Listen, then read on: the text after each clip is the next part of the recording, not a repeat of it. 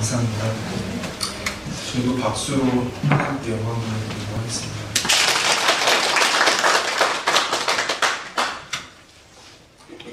한국을 방문 중이신 목사님께서 이메일로 연락을 주셨습니다. 한국에 잘 도착하셔서 병원 검사 일정 등을 잘 소화하고 계시다고 합니다. 성도님들께 안부 전해달라고 하셨습니다. 목사님과 사모님의 건강검진 결과가 앞으로도 은혜교회에서 사역하시는데 아무 지장이 없으실 수 있도록 위해서 계속해서 기도해 주시기 바랍니다. 제가 오늘 예배를 위해서 준비한 포인트물이 이만큼입니다. 이게 이렇게 뽑아서 갖고 올라와서 보니까 이게 굉장히 보기 안 좋은 것 같습니다.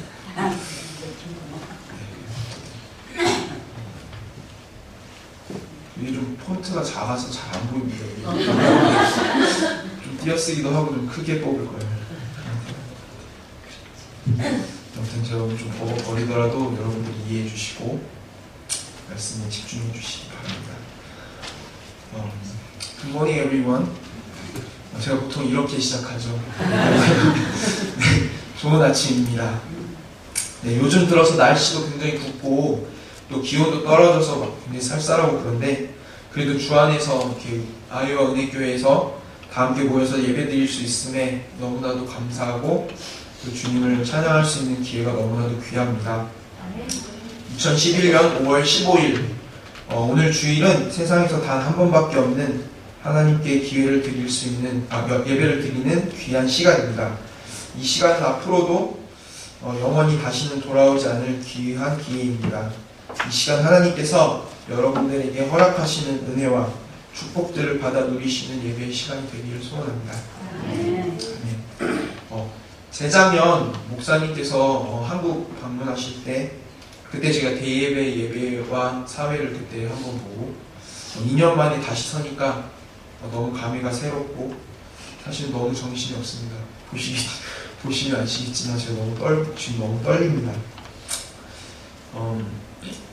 보통 제가 컴바인 월십 때 이제 영어로 설교를 준비할 때는 한국말로 준비하면 정말 더 잘할 수 있을 것 같은데 이런 생각을 참 많이 합니다. 근데 막상 한국말로 설교를 준비하려고 보니까 그래도 영어가 나았구나 이런 생각도 듭니다. 영어는 이제 뭔지 모르니까 일단 제가 잘 모르고 그러니까 이제 자신 있게 하는 그런 맛이 있었는데 한국말로 하려니까 이게 참 어려운 것 같습니다. 그래서 제가 재작년에 설교를 했을 때 제가 뭘 어떻게 설교했는지는 잘 기억이 나지 않습니다. 하지만 한 가지 분명히 기억하는 것이 있는데 예배 후에 성도님들이 굉장히 좋아하셨습니다. 모두들 막 웃음꽃이 막 피어나시고 막 이처럼 신교 시간도 굉장히 은혜롭게 신교가 너무 은혜롭게 막 이렇게 되는 걸 보면서 제가 정말 개인적으로 정말 뿌듯하고 하나님께 영광을 돌려드렸습니다. 이유는 설교가 짧았기 때문에. 그래서 제가 오늘 지난번에 못 채운 시간까지 채울까 합니다. 농담입니다. 네. 저는 이곳 아이와 은혜교회에서 주일학교 어린이들과 중고등부 청소년들과 함께 주일 예배를 드리고 성경 공부를 하는 일을 맡고 있는 교육 전도사입니다. 우리 아이들은 영어가 더 익숙한 미주 한인 2세대들입니다. 그래서 매주마다 영어로 예배와 성경 공부를 하고 있습니다. 하지만 저는 아직까지 영어가 서툴고 원고가 없으면 앞에서 말을 잘하지 못합니다. 하지만 저는 한국말을 아주 잘합니다. 그래서 거기에 차이점이 아이들과 저 사이에 근본적인 차이점이 있습니다. 그래서 사실 작년까지만 해도 아이들이 원하는 만큼 깊은 대화나 관계 형성이 어려움을 느꼈습니다. 한국에서 계속 신앙생활을 해왔던 저로서는 아이들이 생각하는 미국적인 가치관이나 신앙생활과 제가 가진 것들 사이에서 오는 필연적인 괴리감이 있을 수밖에 없었습니다. 사실 아이들의 출석이 일정하지 않았던 것도 한 이유 중에 하나였습니다. 감사하게도 1년 반 정도의 시간이 지난 후에 제가 아이들과 조금 더 가까워졌다는 것을 조금 더 느낄 수 있었습니다. 하지만 여전히 제가 아이들과 좁혀지지 않는 괴리감, 아이들에게 뭔가 가르쳐야 된다는 그런 부담감과 사명감은 있지만 아이들이 정말 이런 것들을 받아들일 수 있을까? 이런 것 내가 말하는 것을 이해할까 하는 그런 의구심, 그리고 거기서 오는 사역의 어려움들이 계속해서 늘어만 갔습니다. 그래서 이러한 고민들을 가지고 저희 학교에 한 분의 교수님과 상담 아닌 상담을 하게 되었습니다. 이 교수님도 유스 패스터로 그 교회에서 중고등부를 맡고 계시는 교수님이셨습니다. 교수님께서 저의 여러 가지 이야기들을 쭉 들으시고는 저에게 이런 말씀을 하셨습니다. 여러 가지 시도들도 좋고 어려움들도 알겠지만 어쨌든 너의 첫 번째 스타팅 포인트는, 첫 번째 시작은 복음에서부터 해야 된다. 그래서 교수님께서 You should preach the gospel to them. 그래서 가스펠을 전해라, 복음을 전해라고 하셨습니다. 아이들이 복음을 듣고 받아들이는 과정이 없다면 네가 하는 모든 일들이 소용이 없고 근본적인 해결책이 되지 못한다, 이런 말씀을 해주셨습니다. 그래서 그 다음 주부터 저는 뜬금없이 서신서를 설교하기 시작합니다. 예수 그리스도의 십자가와 그리고 그의 죽음과 무덤에 묻히심과 부활에 대해서 계속해서 반복적으로 설교하기 시작했습니다. 처음에는 아이들도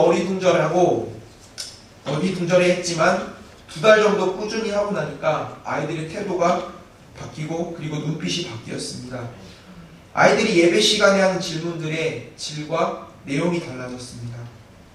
아이들이 본격적으로 본인들의 구원에 대해서 스스로 고민하기 시작했고 예수 그리스도의 십자가를 그냥 맹목적으로 알고 있는 것이 아니라 학교에 있는 옆 친구의 신앙과 비교하고 그 다름의 의미를 찾고자 하는 모습들을 볼 수 있었습니다. 저는 그때 알았습니다. 예수 그리스도의 십자가와 부활하심이 정말 능력이 있는 것이구나. 복음을 전파하고 선포하는 것이 정말로 능력을 발휘하는구나.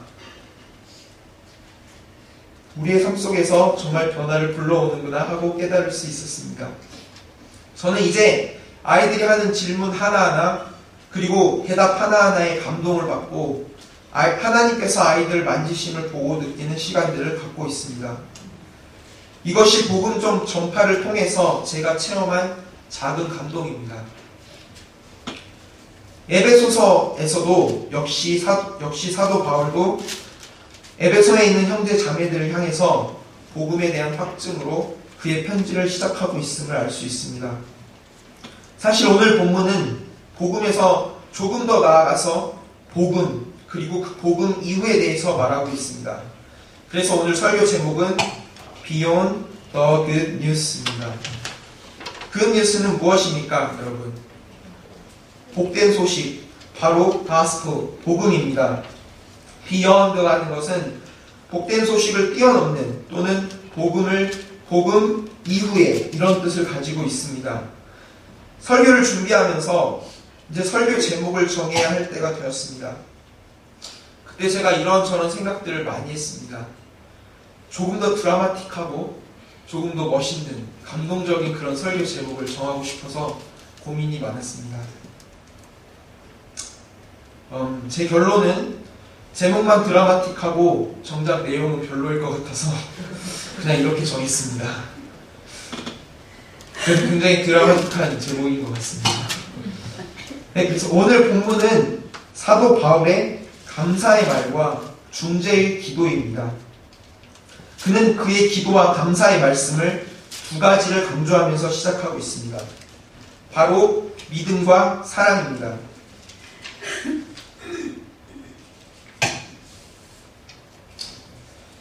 믿음과 사랑은 더 말할 것도 없는 그리스도의 중요한 핵심 중에 하나입니다.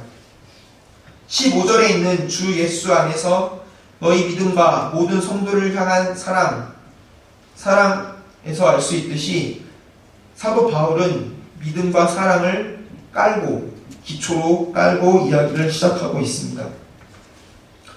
15절의 첫 부분에서 이로 말미암았다라고 되어 있는데 여기서 이로 말미암음은 13절과 14절의 내용을 말하고 있는 것입니다. 13절과 14절의 내용은 바로 복음입니다. 복음을 영접하고 받아들이는 과정이 서술되어 있습니다. 그 안에서 너희도 진리의 말씀, 곧 너희의 구원의 복음을 듣고 그 안에서 또한 믿어 약속의 성령으로 인치심을 받았으니 이는 우리 기업의 보증이 되사 그 얻으신 것을 속량하시고 그의 영광을 찬송하게 하려 하심이라. 이것이 바로 복음을 받아들이고 그리스도인이 되는 과정이자 그 속에서 하나님께서 세우시고 역사하시는 원리인 것입니다. 사도 바울은 약 2000년 전 에베소에 있는 성도들을 향해서 편지를 썼지만 사실 15절과 18절에 나오는 모든 성도 그리고 성도의 의미는 거룩하신 하나님께 속해 있는 사람들인 즉 그리스도인들 모두입니다.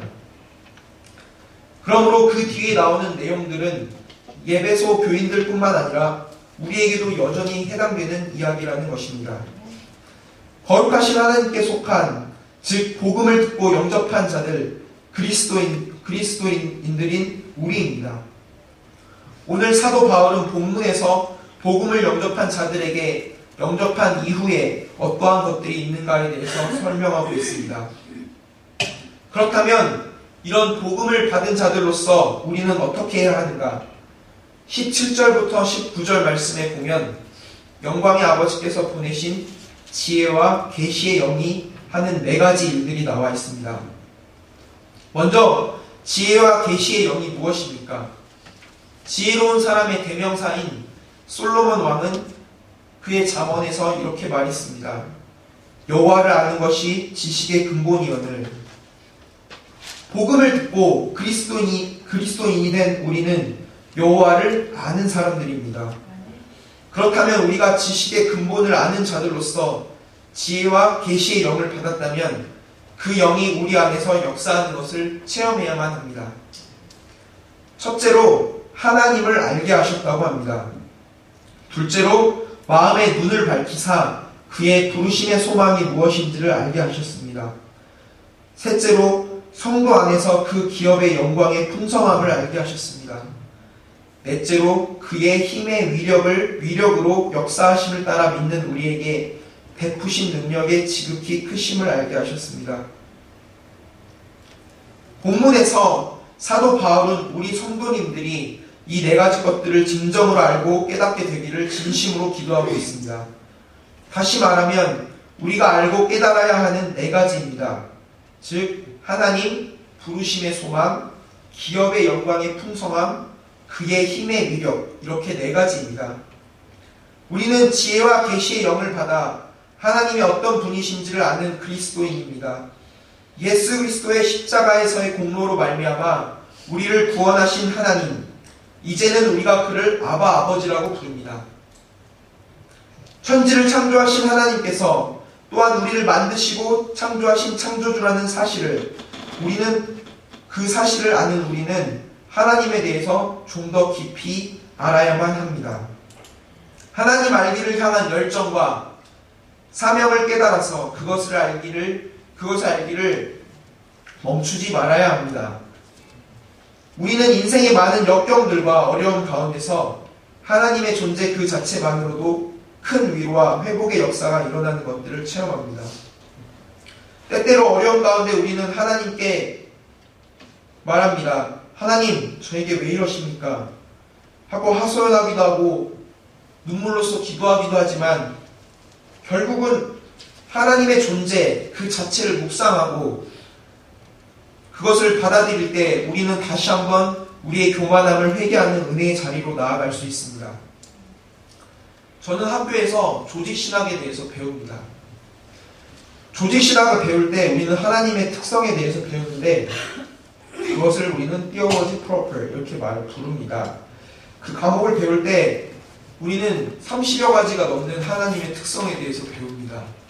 2가지 부분으로 나눠서 다 외워야 되고 성경을 찾아서 성경 구절도 외워야 됩니다. 그런데 그것을 외우는 것에만 그치는 것이 목적이 아닙니다. 교수님들은 때때로 저희에게 질문을 하십니다. 이런 어떠한 상황에 처한 사람이 있다. 그 사람에게 위로를 할 때 우리가 이용할 수 있는 하나님의 특성이 무엇인가? 그러면 모든 경우의 문제에 있어서 하나님의 존재가 우리에게 위로가 되고 회복의 말씀이 된다는 것을 저는 수업 시간에 볼 수 있었습니다. 하나님의 존재에 대한 믿음이 우리의 삶의 원동력이 되기를 소원합니다.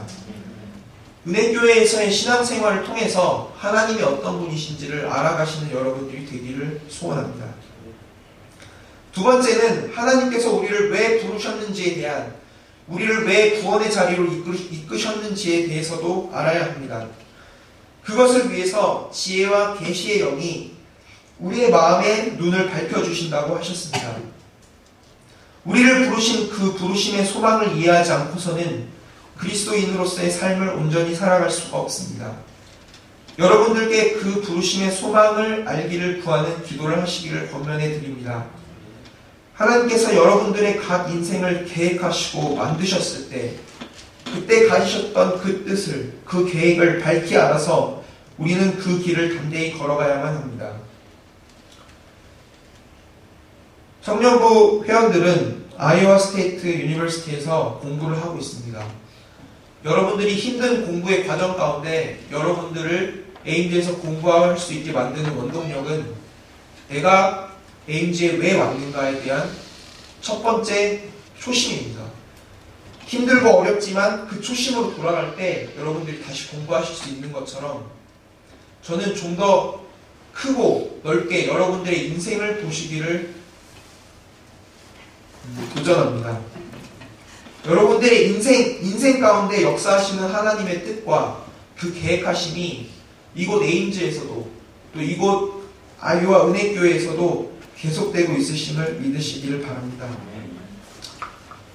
그리고 그 삶 가운데서 우리는 하나님께서 허락하시는 그 기업의 영광을 체험해야만 합니다. 하나님께서 우리에게 주신 그 기업, 하나님께서 우리에게 선물로 주신 그 구원에는 영광이 뒤따릅니다. 그것은 그냥 영광이 아닙니다. 풍성하게 허락하시는 하나님의 영광인 것입니다. 하나님께서 우리에게 허락하시는 그리스도인의 기업은 영광 그 자체입니다. 그리고 그것은 풍성하다고 오늘 사도 바울은 말하고 있습니다. 그렇다면 우리가 어떻게 그 기업의 풍성함을 체험할 수 있을까요? 하나님께서는 우리에게 그냥 구원을 허락하시고 우리에게 그냥 그 길을 가라고 말씀하신 것이 아니고 하나님께서는 이 모든 것들을 우리 힘으로 하도록 그냥 내버려 두시지 아니하시고 복음을 듣고 영접하고 그 가운데서 하나님과 부르심의 소망과 그 기업의 영광이 풍성함을 아는 것을 하나님의 힘으로 하도록 허락하셨습니다. 하나님을 아는 것, 부르심의 소망을 깨닫는 것, 그 기업의 영광의 풍성함을 체험하는 것은 우리의 힘으로 할 수 있는 것들이 아닙니다. 아버지께서는 우리에게 그분의 힘을 의지할 것을 말씀하십니다. 19절 말씀 그 자체입니다. 그의 힘의 위력으로 역사하심을 따라 믿는 우리에게 베푸신 능력의 지극히 크심이 어떠한 것을 너희로 알게 하시기를 구하노라. 그의 힘의 위력, 그리고 그의 힘의 위력이 우리의 삶 가운데 역사하신 것, 그것이 아버지께서 우리에게 베푸신 능력 되심, 그리고 그 베푸신 분이 지극히 크심을 우리가 알고 그분을 체험해야만 합니다. 20절부터 21절 말씀은 그 힘에 대해서 사도 바울은 좀 더 자세하게 설명하고 있습니다. 결론적으로 그 힘을 설명하기 위해서 사도 바울은 다시 한번 예수 그리스도의 십자가로 되돌아갑니다. 바로 20절 말씀입니다. 그의 능력은 바로 그리스도 안에서 역사하사 죽은 자들 가운데서 다시 살리시고 하늘에서 자기의 오른편에 앉히사 예수 그리스도의 죽으심과 부활하심 그리고 승천하심을 다시 언급하면서 이것이 하나님의 힘을 하나님의 영광을 가장 잘 보여주는 사건이라고 말하고 있습니다. 그런데 이 사건은 바로 무엇입니까? 13절과 14절 말씀에 나와 있는 우리의 그리스도인 됨의 핵심이고 바로 에센스인 것입니다. 그리고 21절 말씀에 보면 예수 그리스도의 구원 사역은 우리 그리스도인 됨을 바로 이것은 우리에게 또다시 다른 네 가지 것들을 허락하십니다. 바로 모든 통치와 권세와 능력과 주권입니다. 개역개정 성경에는 이렇게 네 가지로 나와 있는데 그 전 버전 성경에는 다른 말로 나와 있습니다. 참고하시기 바랍니다. 지금 현재뿐 아니라 앞으로 오는 세상에서의 능력을 우리에게 허락하신다는 것입니다. 이것이 우리에게 양자의 영을 허락하신 하나님의 뜻이십니다. 양자의 영이 무엇입니까, 여러분? 하늘 아버지이신 하나님, 그 하나님의 친자 되신 예수 그리스도께서 바로 하나님의 친아들이시라면은 구원받은 우리, 예수 그리스도의 피공로로 양자된 우리는 그 예수 그리스도께서 누리시는 모든 권한을 우리도 양자됨으로써 양자의 지위로 우리도 받아 누릴 수 있다는 것입니다.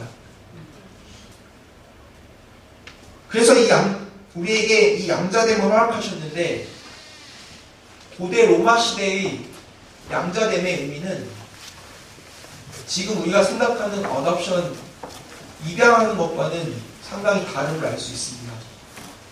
양자가 된 후에는 그 사람이 그 전에 지위가 어찌 되었던 간에 그 양자된 그 사람은 그 아버지의 모든 권세와 재산을 친자들과 똑같이 나눌 수 있는 권리를 갖게 되는 것입니다. 그것은 우리의 처지를 다시 한번 되돌아보게 만듭니다. 세상 속에서 죄에 노예되었던 우리가 예수 그리스도의 죽으심으로 말미암아 예수 그리스도께서 우리의 죄값을 치르심으로 말미암아서 우리는 그 죄로부터 죄에 노예되었던 우리가 해방되었습니다. 그런데 거기에서 멈추지 않고 하나님 아버지께서는 해방된 우리, 만약에 여러분들이 노예시장에서 노예를 샀습니다. 그럼 그 사람을 집으로 데려왔으면 그 사람은 무엇을 위한 것입니까? 종으로서의 지위를 계속해서 가지고 있는 것이지만 하나님 아버지께서는 우리에게 양자의 영을 허락하셨습니다. 바로 노예였던 우리, 죄에 속박된 우리가 하나님 아버지의 아들이 되고 우리가 그분을 아버지라고 부를 수 있는 것입니다. 그래서 21절 말씀은 그분의 모든 통치, 권세, 능력, 주권을 지금 이 현세뿐 아니라 앞으로 올 세상에서까지 우리가 누릴 수 있도록 아버지께서 허락하셨다는 것입니다. 22절과 23절 말씀입니다. 그런데 이 권한은 교회에서부터 나오게 되었다고 되어 있습니다. 당연히 예수 그리스도는 만물 위에 계십니다. 예수 그리스도께서는 모든 통치와 권세와 능력과 주권의 주인이시고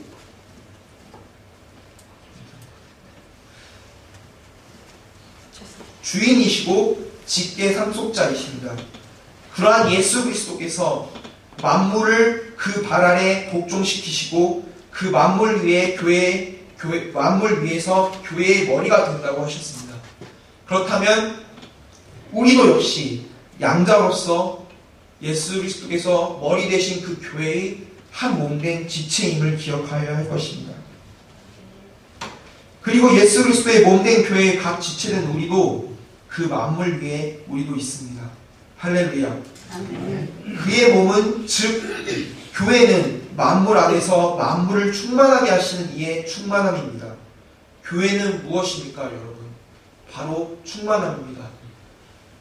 아이와 은혜교회에 다니시는 여러분들, 교회에 다니시면서 충만함 그 자체인 교회를 체험하시는 여러분들이 되시길 바랍니다.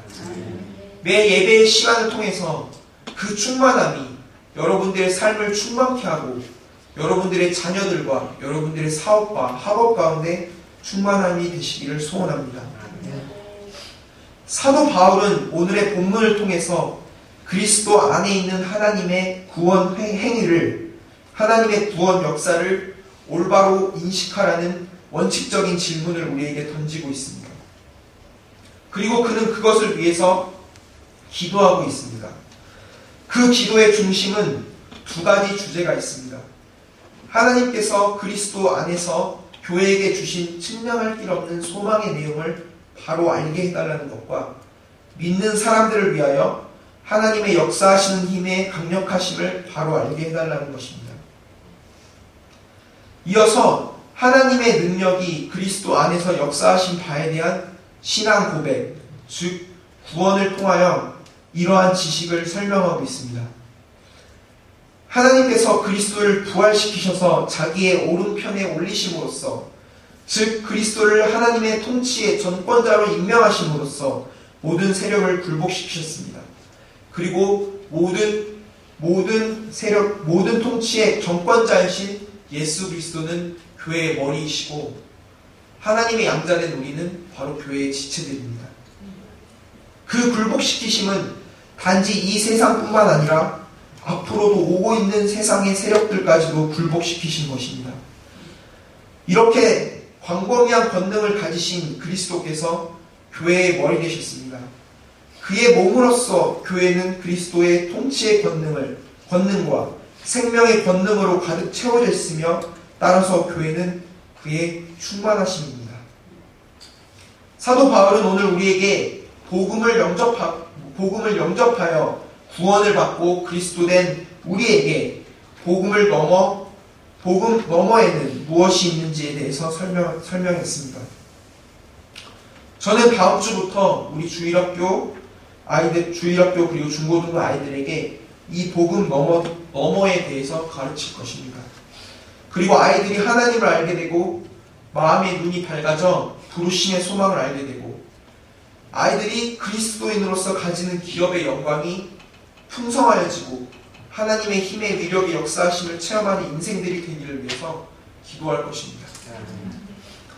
그러한 아이들을 하나님께서 예수 그리스도의 십자가와 부활의 원리대로 모든 통치와 권세와 능력과 주권으로 일컬어지는 모든 만물 위에 뛰어나게 하실 것입니다.